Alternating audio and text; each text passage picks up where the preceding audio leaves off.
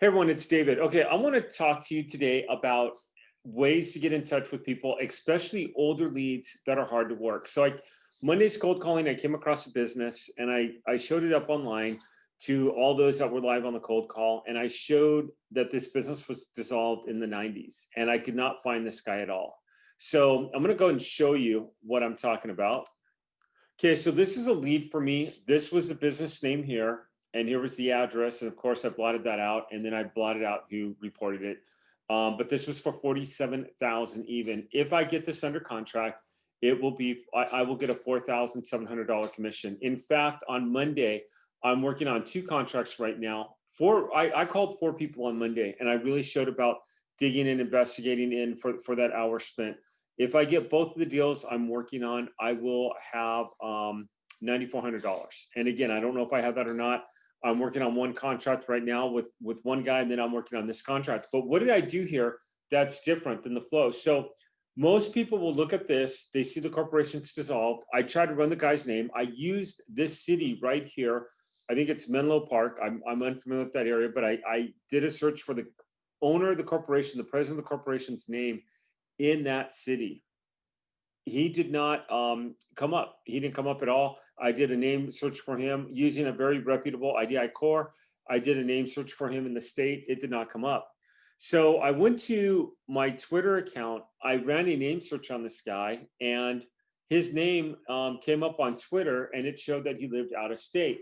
When I ran a name out of state, I found 2 people with that name, and it's interesting because I tried just a general search in the U.S. because it was a distinctive name. Nothing came up, but when I put Massachusetts, his name came right up, and then he was junior, and his dad's name, senior, came up in San Diego. So I went ahead and I called both of them because I don't know which one. It didn't give a junior, senior, but I'm assuming either one of them are owners of the corporation. Left a very detailed message, and again, I say, yeah, I'm trying to reach the owner of this corporation at this address regarding an overpayment reported by the company, and the cash reported. Okay, and one thing that I hate about this amount is it's better if it's like $1, like when it's an even number like that, or 47,000. Unfortunately, people tend to take you less real than if you say like $40,365.25. But the way I get over that is I come up with all the other data. It was the company name. I show that you're president. I got that in IDI Core, by the way. So this is the company name. I show that you were president. This is the address. It was an overpayment for reported by this association for $47,000. My name is David Church. We specialize in getting this dormant account back, this money back to the proper owner. We're licensed by the state. Please give me a call. I mean, that's huge when you leave that type of message. So I left one on his landline in his cell, and then I think his dad's cell too. Okay. Then I went to the Twitter account, and I asked him, were you ever president of this business? Did you know you had a check from this company? That was never cashed. I specialize in helping people retrieve these. You pay nothing. I will get a percentage once funds are received.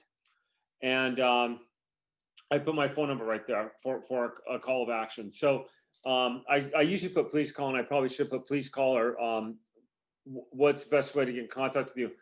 I don't always get a lot back from social media, but I do use it. And with that being said, I do have a contract right now from out of state, and it was again on a Monday lead. It's a tax overage in Florida, and I think it's like 7,000 or something around there, and I'll get 2,100. So I do get social media responses back and forth here and there, but it's not my main way of retrieving funds. So I just happen to go on my LinkedIn account. I'm not always on here, but I happen to go on my LinkedIn account, and I got this from him. Thank you for your message and voicemail. I will call you this week. So the message was on LinkedIn, and the voicemail was on his cell phone. So today's Wednesday, and I had this on Tuesday, or Monday night actually. So I gave yesterday a break, and then I don't want to come off high strung and desperate, but I thought more and more about this. I thought, okay, do I want to make contact? So I just put, hey, Patrick, here's a copy of the lead. My company specializes in getting people paid. Would love to work with you on this. We can get started if you would like to move forward. And then I went ahead and gave him a copy of the lead so that he could see all the information. And again, I don't want to come off like, I don't want to be bugging the guy every single day. So I'll probably give it 2 or 3 days. So a couple of things I want to get across here. Okay. People often want the easy deal. It happens all the time. I do. I'll raise my hand. I want the easy deal. Okay. You should work 2 days a week where you're working on the easy deals. You're trying people and they're picking up, you're getting a voicemail, or you're finding a relative. By the way, most of the people that work these funds usually find a relative first, the really successful ones. So that's the first thing I'm doing right there. Okay. Is I'm doing the easy deals. Then you want to work deals where the people are hard to find, like this one. And this really wasn't that hard. It took me probably about 3 minutes, but most people will not, we'll stop at the reverse search directory. Okay, and they'll move on to the next one. That's why this has been sitting here since the 90s. So what did I do? I went to LinkedIn. I went ahead and put in his name, and then I went to his profile. I saw what city and state he lived in. I went ahead and matched some records, and they actually went back to California, and he was in California at the time he was president of this corporation. Leads me to think that this is my guy. Could have been, could not have been, but leads me to think that this is my guy. So at that point, I refine my search. I actually find the guy, and I leave him a couple detailed voice messages. Then someone's going fast there. Then I decided to go ahead and instant message him, and that's his communication back. So now here's the challenge. I had a series a few weeks ago that I called the F-bomb, and I actually did a whole series on that on YouTube. The F-bomb. You want to follow up, but you don't want to come off desperate. I want the commission on this one. So I want the $4,700 commission. I would absolutely love it. If I got 1 to 2 of these a month, I would be happy. And by the way, there's so many of these out there. You can easily get 1 to 2 of these under contract a month, but you have to work it just right. So really, this is going to be, right now, the city of California is backed up. This will probably be a 7th month payday. So if I could get it under contract now, I'm probably looking at a payday of somewhere between May and June. I want to get another one under contract. So I'm looking at another payday somewhere between May and June, and another one. And I'm constantly building my revenue up. So then May and June, then June, July, I get a few more of these, and then July, August. So I'm constantly working on my revenue for the future. Okay. And a lot of people want funds tomorrow, and it happens. I mean, I get some tax overages. It's within 8 weeks. It depends on the deal that you're working and the caliber and how hard you work. But again, this whole thing is the F-bomb. Communication is vital. So what's my next step here? I've made communication, and it's just this morning that I went ahead and I emailed this guy, and you guys have seen me hold up checks. You've seen me get paid on deals. You've seen this. I'm trying to show you every single aspect, and my goal is in that 8 months, I'm showing you guys a check, and I haven't shown you every single check that comes by my office, but I'm holding up a check saying, hey, you remember the YouTube video I did back in November of 2020? Well, now here's a check from that video. I mean, that's always great when I could do that, but it's how hard you're willing to work here and following up correctly. So I'll give this until probably Monday of next week. If I don't respond back to him, I'll do one more instant message through LinkedIn, like, hey, Patrick, just want to reach out to you and let you know that I'm still here for you. Again, this is what I call a hot lead. Now it gets colder by the second that it's not being worked, but this guy has made communication with me. Even if I don't hear back from him in 3 weeks, he should still be in my CRM. He should still be a follow-up. It shouldn't be like, oh, he's not interested, I'm going to go ahead. Now, if he calls me up and he says, hey, David, screw you, don't call me again, click, then that's different. But if he's going to say, hey, we'll talk tomorrow, we'll be in touch, we'll do this, I'm going to bug this guy until I see this lead either disappear, or until I get the deal, or until he tells me to go get lost. One of those 3 things. So my next communication will be probably another instant message, because that's how he responded back. So I'll do that probably on Monday at this point. If I don't hear back from him by Wednesday or Thursday, I will definitely follow up with a phone call, and I'll just say, hey, Patrick, it's David Church. I just want to let you know that I'm still here, willing to work this deal. What's going through his mind right now? Okay, well, this guy David's contacted me. He's saying I have 47,000. I haven't worked this corporation. The information looks accurate. His company looks good. He looks like he's a real deal, but I don't know if I could really trust this guy or not. Watch him be watching this YouTube video, because I have my YouTube all over my LinkedIn. So watch him actually come in and watch this YouTube video. It'd be really funny. It's like, yeah, hey, Patrick, if you watch this, I want to say hi. And yes, I am the real deal. And yes, I'm talking about you, but don't worry, because I'm not giving your name or anything out there. And this will be confidential. Your name will never be released. But I don't want to hide behind electronic communication. And this is where I see the biggest mistake. People will constantly instant message him, and they never respond back. $47,000. I'm asking him to go under contract. It's a lot of money. It's a huge risk. This guy doesn't know what he's signing. He doesn't know what's expected of him.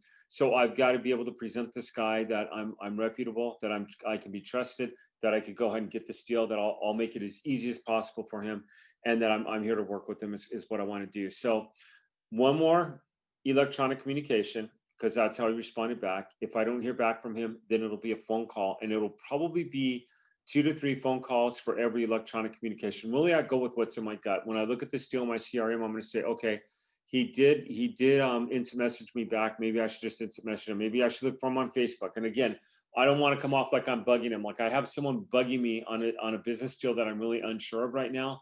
And the more they bug me, the further I back away. I want to let him know that I'm there and we're ready to take action. I might even, if I don't hear back from him in like a month, I might even put the contracts ready and just send them out and say, hey, Patrick, here's what the contracts look like. Here's what's expected. Can we move forward? Can we get a deal here? And see what he says. And these are doable. So really what this is something where I've started the deal and now I've got to finish it. And I just say this because as being a coach in this community, as long as I have, I see so many people, myself used to be included in this. I'd make contact with someone like this, and then I never follow back up with them. And right now, you've heard me talk, I'm following up with an elderly woman. I've had her on a Monday night phone call. We were role playing and I actually called it, and it was a real lead, and she had no idea. She's been affected by the San Jose fires, and she's currently has some issues going on that are personal. And I can't call her up and say, hey, I know you have all these issues going on in your house and all this is happening. By the way, I really need you to sign this contract. She's gonna tell me to screw off. And she'd have a right to. I mean, really, if I would never call someone and be that. And really, this lady is so nice and sweet. I'm really more concerned about her well-being than anything. Again, watch her be watching this video. It'd be pretty funny. It's not him. It's not really him. But I'm just saying this because I'm trying to give you all a sequence of correct follow-up and what to do in a deal. And again, go with your gut. What does your gut tell you? Realize that this is $47,000. It's a $4,700 commission. It's big and you want it, but most importantly, you're telling someone that they have 47,000. This corporation hasn't been around since I think 92, 93. It's 2020. We're talking what is that, like just about 20 years? Actually 2000 that's going on 30 years. This corporation has not been around for a while. These funds are at the state, and this guy doesn't, there's enough information to show him that it's real, but he doesn't know if it's real. So I know I've been very repetitive on this. I hope this works out for you. Okay, so I hope you get the message here about the following up, proper follow-up, how you're going to follow up, how you're going to get deals, and you have to do what other people are not willing to do. You have to be willing to follow up. You have to be on top of your client. You have to do some extra search if you really want this deals. I can't tell you how many people I've gotten. I just got a woman paid. Literally, she had a tax overage, had no idea. She was in a different area, almost identical to this one, and boom, I got her paid. You have to be willing to follow up. You have to be willing to go after people. Hey, everyone, thanks for watching, and I will see you on the next video. Thank you.